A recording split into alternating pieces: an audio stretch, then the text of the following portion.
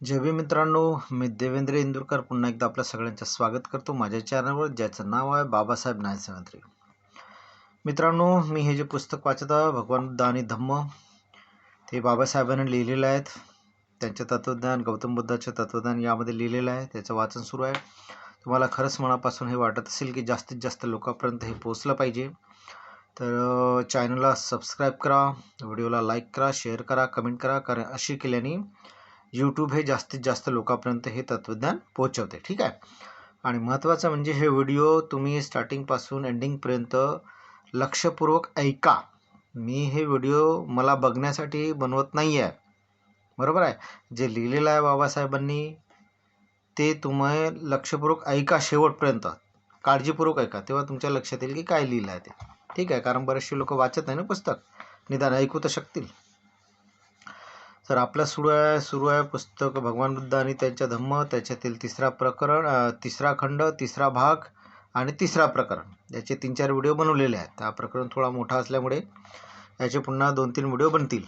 ठीक आहे. तर कुठपर्यंत आपलं वाचन झालेलं आहे ते तुम्ही लिंक मी देणारच याचं मागच्या व्हिडिओचं या डिस्क्रिप्शनमध्ये या व्हिडिओचं, तर तुम्ही बघून घ्याल. तर आपण पुढे वाचूया. तिसरा खंड, भाग तिसरा, त्याच्यातील तिसरा प्रकरण. भगवान बुद्धाच्या निब्बाण सिद्धांतासंबंधी बऱ्याचशा गैरसमजुती आहेत, असं लिहिलं यामध्ये. निब्बाण शब्दाचा अर्थ फुंकर घालून विझवणे किंवा मालवणे असा आहे.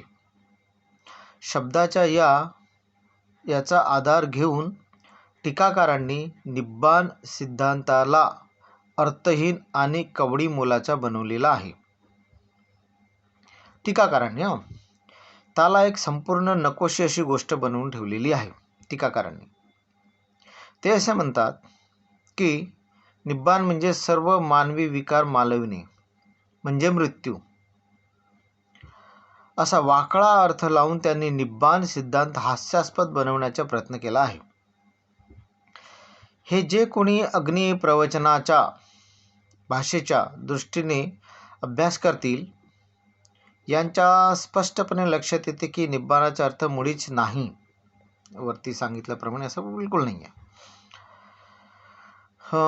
अग्निस्कंद धोपम सुक्तात हे म्हटले नाही की जीवन जळत आहे आणि विजून जाणे मृत्यू होय.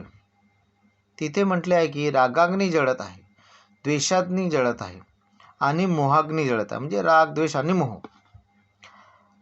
या सुत्तामध्ये असे म्हटले नाही की माणसाच्या सर्व प्रकारच्या प्रवृत्तींना पूर्णपणे नष्ट करून टाकावे.